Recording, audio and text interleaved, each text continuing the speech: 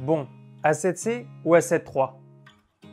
Salut les artistes, aujourd'hui j'ai pu vous tester le nouveau boîtier fraîchement sorti de chez Sony, c'est l'Alpha 7C. C'est un boîtier milieu de gamme qui inaugure peut-être une nouvelle série d'appareils photo plein format chez Sony. On a déjà la série des Alpha 7, Alpha 7R, Alpha 7S et maintenant il y a l'Alpha 7C, le C étant certainement pour compact. Sony annonce que c'est le boîtier plein format stabilisé le plus petit du marché. Il se situe à peu près dans la même gamme que le Sony Alpha 7 III. Il partage même beaucoup de similarités avec ce boîtier et il se peut que vous hésitez entre justement ces deux boîtiers, le Sony Alpha 7C et l'Alpha 7 III. Donc je me suis dit, eh bien il faut que je fasse une comparaison entre ces deux boîtiers. Merci à Sony pour le prêt, allez bonne vidéo.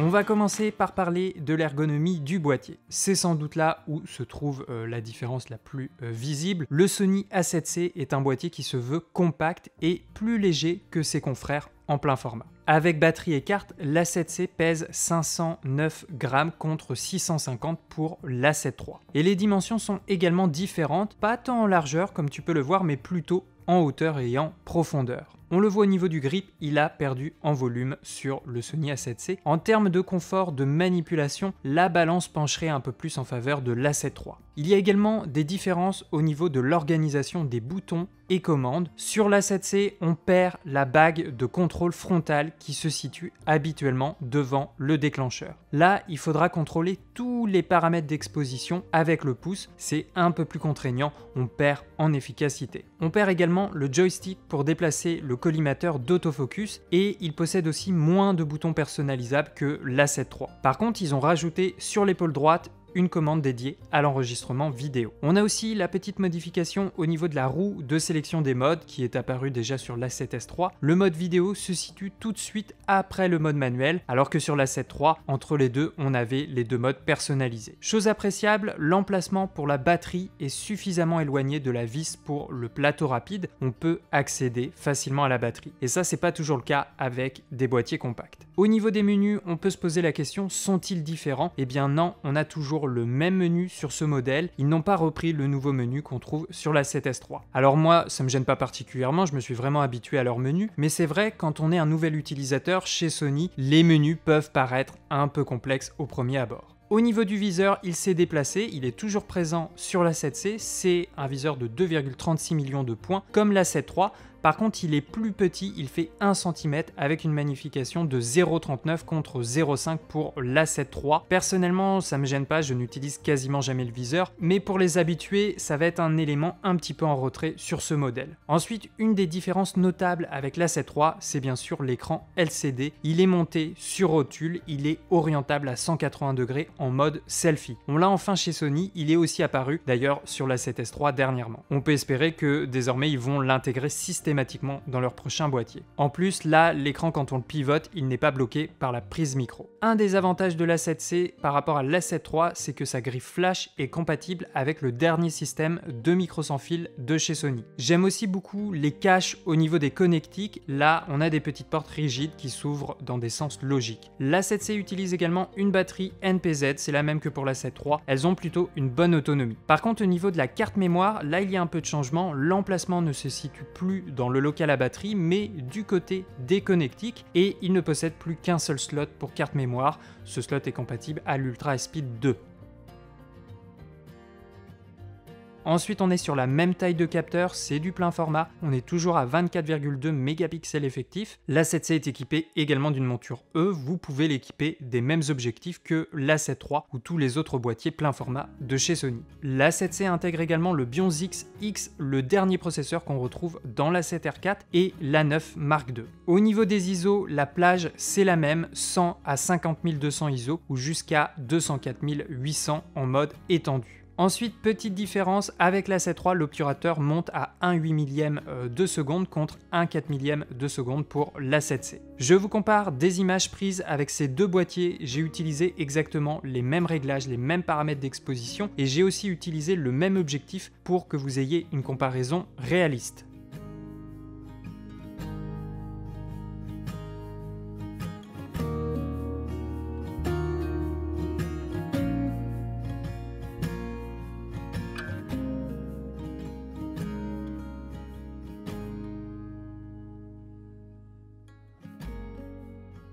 Ensuite, côté autofocus, les deux boîtiers possèdent la détection de l'œil en photo, mais l'A7C intègre en plus la détection de l'œil en vidéo. Ça existe déjà sur les boîtiers Sony les plus récents, mais c'était pas le cas de l'A7 III, donc ça c'est quand même un plus. Ils ont tous les deux la détection de l'œil pour les chiens et les chats.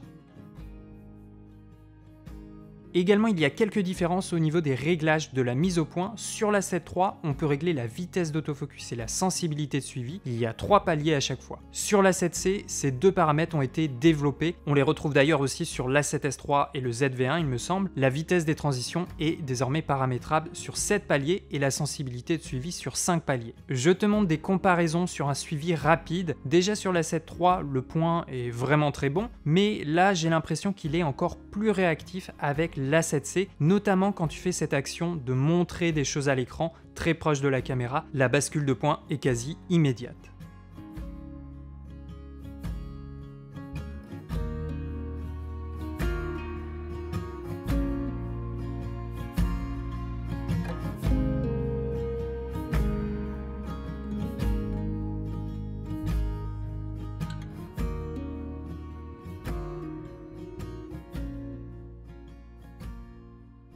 Je te montre aussi une comparaison sur un suivi de personnes qui se dirigent dans l'axe de la caméra, plutôt à bonne vitesse. Là, on est en fin de journée, on a le soleil dans le dos, c'est une configuration qui peut être assez difficile pour l'autofocus et en plus, je me déplace à bonne vitesse. Déjà, les deux boîtiers sont très efficaces, l'A7 III a un des meilleurs autofocus du marché, mais là, l'A7C a l'air encore un peu devant, tu le vois sur la fin des mouvements, le focus arrive vite sur l'œil et ça c'est grâce justement à la détection de l'œil en vidéo. Même avec une profondeur de champ bien fine, comme là j'utilise le 35 mm à f1.8, l'A7C a l'air vraiment précis.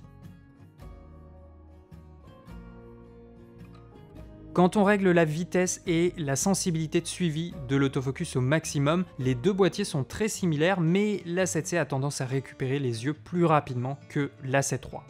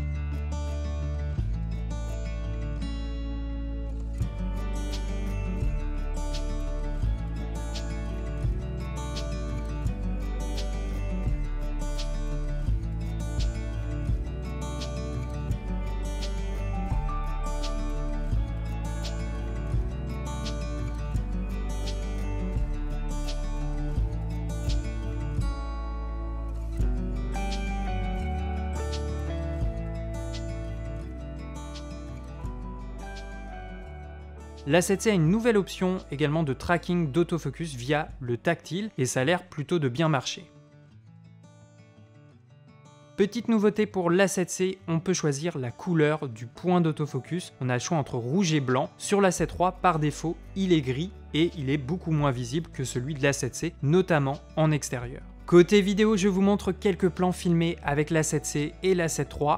J'ai utilisé à chaque fois le même objectif avec les mêmes réglages. Alors ils sont tous les deux capables de filmer en 4K à 24, 25 ou 30 images par seconde avec un léger recadrage à 30 images par seconde. Il n'y a toujours pas de cadence à 60 images en 4K.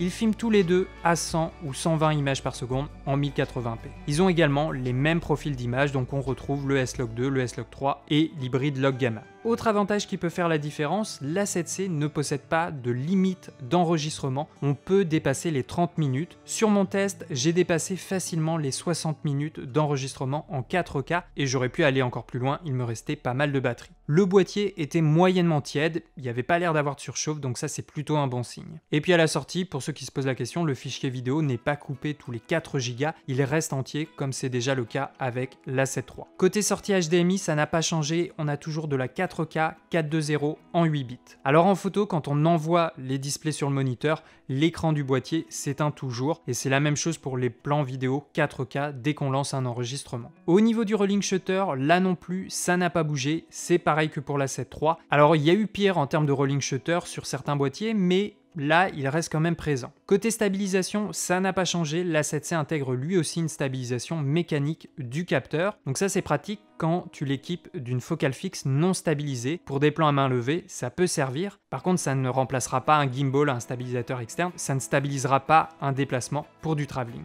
Au niveau du prix, le Sony A7C est annoncé boîtier nu à 2099 €. L'A7 III en ce moment, on peut le trouver aux alentours de 2149 € et à son lancement, il était plutôt entre 2200 et 2300 €.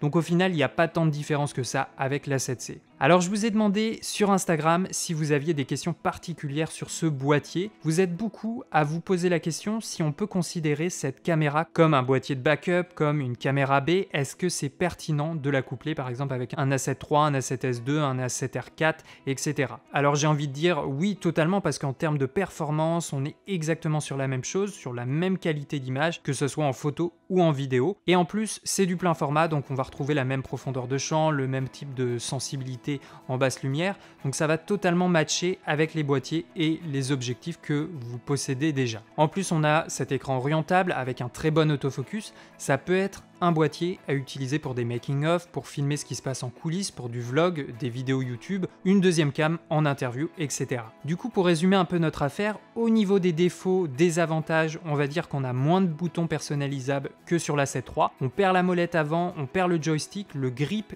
est plus réduit et on n'a qu'un seul slot pour carte mémoire. Au niveau des avantages par rapport à l'A7 III, on a un écran LCD orientable à 180, il y a la détection de l'œil en vidéo, le suivi avec le tactile, la grille flash compatible au micro sans fil Sony et il n'y a pas non plus de limite d'enregistrement et j'ai l'impression qu'il ne chauffe pas trop. Voilà, ça c'est grosso modo les différences avec l'A7 III. Après, ça reste quand même un boîtier milieu de gamme, il a une bonne sensibilité en basse lumière, une bonne qualité d'image, une bonne 4K et un très bon autofocus. Alors oui, on n'a toujours pas de 4K à 60 images par seconde. Bon, je suis pas très surpris, mais c'est vrai qu'on aimerait bien voir cette caractéristique arriver un jour sur cette gamme de boîtiers. Alors personnellement, j'avoue ne pas être totalement convaincu par la taille de l'A7C. Quand tu le mets à côté de l'A7 III, oui, il y a une petite différence, mais en fait, ils ont surtout taillé dans le viseur et dans le grip, et ça, c'était des éléments qui étaient à l'avantage de l'A7 III. Finalement, avec l'A7C, une fois que tu l'as équipé d'une bonne optique, plein format du parc Sony, c'est exactement la même chose que sur l'A7 III, le boîtier reprend en volume. Alors oui, ils viennent de sortir le 28-60 mm, un objectif pancake plutôt compact, ça fonctionne bien, mais personnellement, si j'utilise un boîtier plein format de cette gamme, c'est pour l'utiliser avec des objectifs en conséquence d'une qualité à peu près équivalente au boîtier. Donc voilà, j'ai juste un peu de mal à bien cerner l'identité de cette caméra, surtout quand on la met en comparaison des gammes déjà existantes de chez Sony. C'est une sorte d'A7 III plus récent avec les dernières nouveautés, mais en même temps pas totalement. Alors il y a cette volonté de créer une gamme plus légère et compacte, tout en préservant un capteur plein format. Pour l'instant, je suis pas totalement convaincu,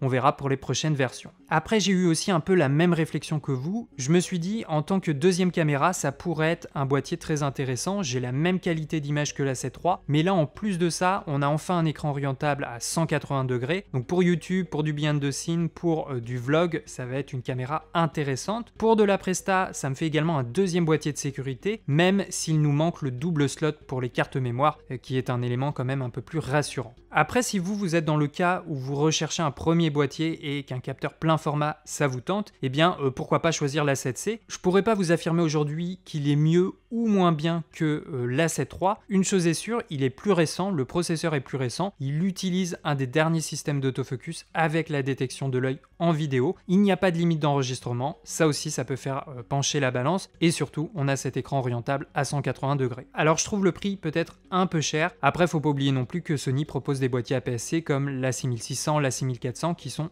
un peu plus abordables et aussi de très bonne qualité. Voilà les artistes, j'espère que cette comparaison et cette présentation de l'A7C vous a intéressé et aura répondu à vos questions, aux doutes que vous pouviez avoir. Je vous invite à me dire dans les commentaires ce que vous pensez de ce nouveau boîtier. Est-ce qu'il vous a convaincu? Qu'est-ce que vous pensez de la nouvelle gamme A7C de boîtier plein format? Si la vidéo vous a plu, vous pouvez laisser un pouce, activer la cloche des notifications et si mon travail vous plaît, vous pouvez me soutenir directement en activant la souscription à la chaîne. Il y a des petits avantages, notamment vous avez accès au nouveau groupe Facebook privé où on partage conseils, questions, expériences, discussions. D'ici là, portez-vous bien, on se dit à la prochaine, ici derrière la caméra. Ciao les artistes!